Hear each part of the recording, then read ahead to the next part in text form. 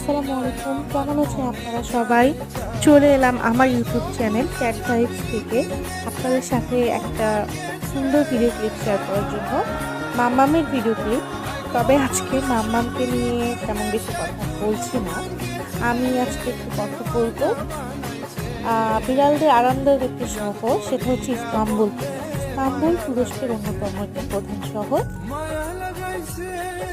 এই শহরকে বিড়ালের শহর সাধারণত বলা হয়ে থাকে। স্থানীয়রা ইস্তাম্বুলের রাস্তাগুলোতে প্রায় 1,25,000 বিড়ালের সাথে ভাগাভাগি করে নেন।